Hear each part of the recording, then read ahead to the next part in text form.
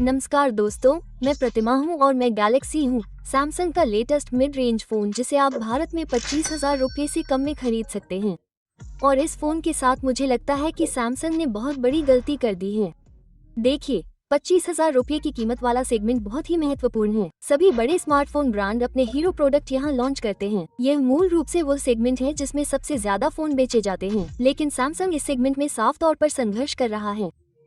और यही एक कारण है कि भारत में सैमसंग का मार्केट शेयर भी घट रहा है, क्योंकि वे ज्यादा बजट फोन नहीं बेच पा रहे हैं। दिलचस्प बात यह है कि सैमसंग का ओवरऑल रेवेन्यू बढ़ा है, क्योंकि वे अपनी टॉप एंड सीरीज, सेट्स और फोल्डेबल लाइनअप में ज्यादा हाई वैल्यू वाले प्रोडक्ट बेच रहे हैं। लेकिन जब हम इसके बजट और मिड रेंज लाइनअप को देखते हैं तो वे प्रतिस्पर्धा में कहीं भी अच्छे नहीं हैं। और गैलेक्सी A26 को कुछ दिनों तक इस्तेमाल करने के बाद मैं 100% पुष्टि कर सकता हूं कि वहां बहुत बेहतर विकल्प मौजूद हैं जो आपको आपके पैसे खर्च करने का बेहतर मूल्य देंगे। अब मुझे गलत मत समझिए, गैलेक्सी A26 में कुछ अपग्रेड हैं, जिनमें से सबसे बड़ा बिल्ड क्वालिटी के मामले में है। ओह, हमारे पास एक बिल्कुल नया लुक है जिसमें ये शानदार दिखने वाला कैमरा मॉड्यूल है जो सैमसंग के महंगे A36 और A56 जैसा दिखता है।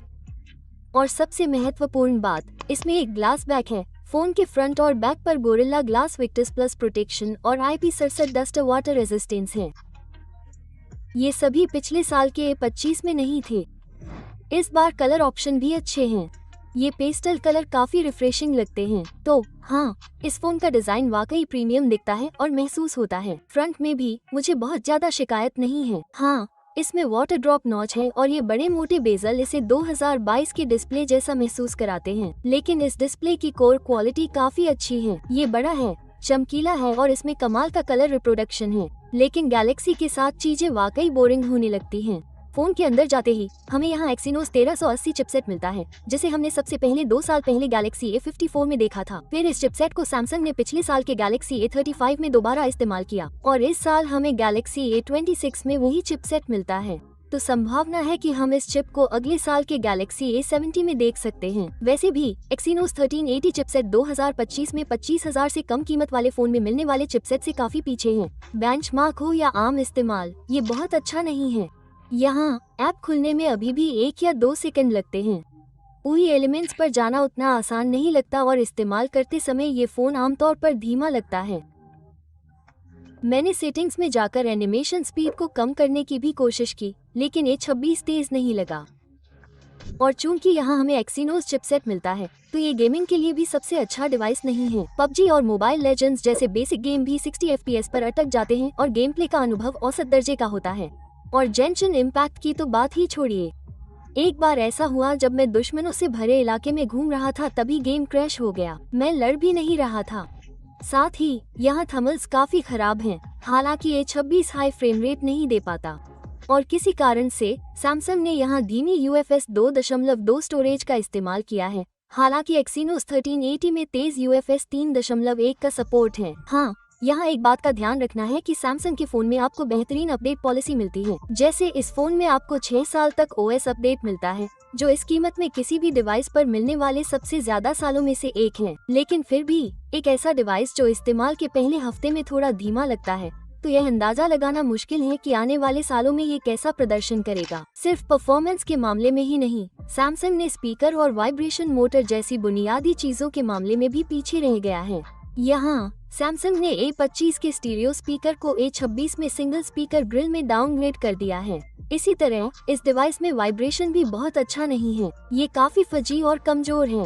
बैटरी लाइफ और चार्जिंग पिछले साल जैसी ही है, तो यहाँ भी कुछ खास दिलचस्प नहीं है। अगर आप नहीं जानते हैं तो बता दें कि चीनी फोन अब अपने मिड रेंज फोन में 6400 या सिलिकॉन कार्बन बैटरी दे रहे हैं, जो कि यहाँ दुख की बात है। ठीक है, अब कैमरे के बारे में बात करते हैं। और अगर कोई एक क्षेत्र है जहां सैमसंग आमतौर पर अच्छा करता है, तो वो है कैमरा डिपार्टमेंट। लेकिन यहाँ गैलेक्सी A26 में नंबर 1 हमें पहले जैसे ही कैमरा स्पेक्स मिल रहे हैं। कोई हार्डवेयर अपग्रेड नहीं, कोई टेलीफोटो लेंस नहीं। और नंबर 2, सैमसंग ने यहाँ चीजों के ऑप्टिमाइजेशन साइड पर वास्तव में काम नहीं किया है। नतीजतन जब आप जूम फोटो या पोर्ट्रेट शूट करते हैं तो नथिंग फोन 3 जैसे कुछ बेहतरीन बोके के साथ बेहतर पोर्ट्रेट शूट करते हैं, वो भी 4 अलग अलग फोकल लेंथ पर, जबकि गैलेक्सी केवल 1x पर पोर्ट्रेट शूट कर सकता है। अब ईमानदारी से कहूँ तो सैमसंग पर स्किन टोन और बाकी सब कुछ खराब नहीं है, लेकिन मुझे समझ नहीं आता कि सैमसंग यहाँ पोर्ट्रेट शूट करने के लिए कम से कम 2x डिजिटल जूम विकल्प क्यों नहीं दे सका। और नथिंग फोन 3a से तुलना करें तो मुझे इसका अल्ट्रा वाइड सेंसर भी काफी कमजोर लगा।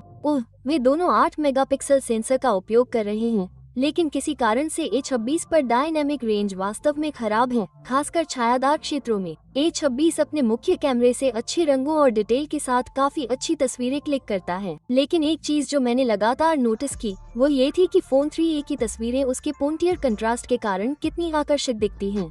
जैसे A26 की तस्वीरें अच्छी हैं, लेकिन नथिंग की तस्वीरें आकर्षक हैं। और थोड़ी सी भी चुनौतीपूर्ण परिस्थिति में भी E26 उचित एक्सपोजर बनाए रखने में संघर्ष करता है। ओह, कम रोशनी की स्थिति में भी सब कुछ वैसा ही है।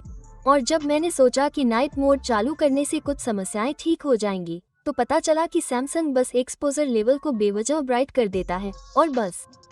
हालांकि गैलेक्सी काफी अच्छी सेल्फी लेता है। इसमें पिछले साल वाला ही 13 मेगापिक्सल सेंसर इस्तेमाल किया गया है और पोर्ट्रेट की तरह सैमसंग को पता है कि इंसानी त्वचा के रंग को कैसे प्रोसेस करना है। जहां तक वीडियो की बात है, मैं यहां केवल मुख्य कैमरे से 4K 30 FPS तक शूट कर सकता हूं। ओह, लेकिन इसमें ऑप्टिकल इमेज स्टेबिलाईजेशन होने के बावजूद मैंने पाया कि सैमसंग ने 4K पर किसी भी तरह के स्टेबिलाईजेशन को डिसेबल कर दिया है। इसलिए अगर आप गैलेक्सी पर स्थिर वीडियो चाहते हैं तो आपको 1080p रिजोल्यूशन पर जाना होगा, जो कि एक बार फिर 2025 में चलन में नहीं है। मुझे फोन 3a से लिए गए सेल्फी वीडियो भी ज्यादा पसंद हैं। मैं यहाँ 1080p 60 FPS तक शूट कर सकता हूँ, जबकि गैलेक्सी A26 में ये 30 FPS तक ही पहुँच पाता है और इसका फील्ड ऑफ व्यू भी काफी बड़ा है।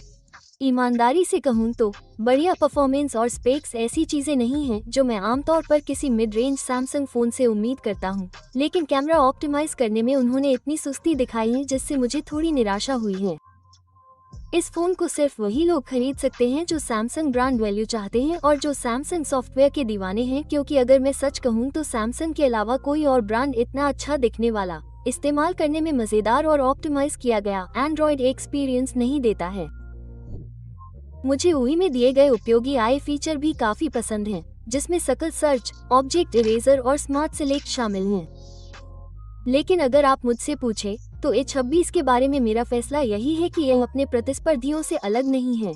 तो अगर आप पैसे के हिसाब से सही कीमत चाहते हैं, अगर आप एक संतुलित फोन की तलाश में हैं, तो यह आपके लिए नहीं है। हो सकता है कि सेल और ऑफर के दौरान अगर आपको ये फोन 3 या 4 हजार रुपये कम में मिल जाए तो समझ में आता है, वरना इस फोन को खरीदने के लिए अभी बाजार में कई बेहतर विकल्प मौजूद हैं। तो चलिए सब्सक्राइब करते हैं। सैमसंग गैलेक्सी के बारे में हमारा ये छोटा और शानदार रिव्यू यहीं तक था। आपको ये डिवाइस कैसा लगा हमें नीचे कमेंट करके जरूर बताएं, और जब आप वहां हो तो हमारे चैनल को सब्सक्राइब करना न भूलें। मैं पी मेकारी हूँ और देखने के लिए आपका बहुत बहुत धन्यवाद।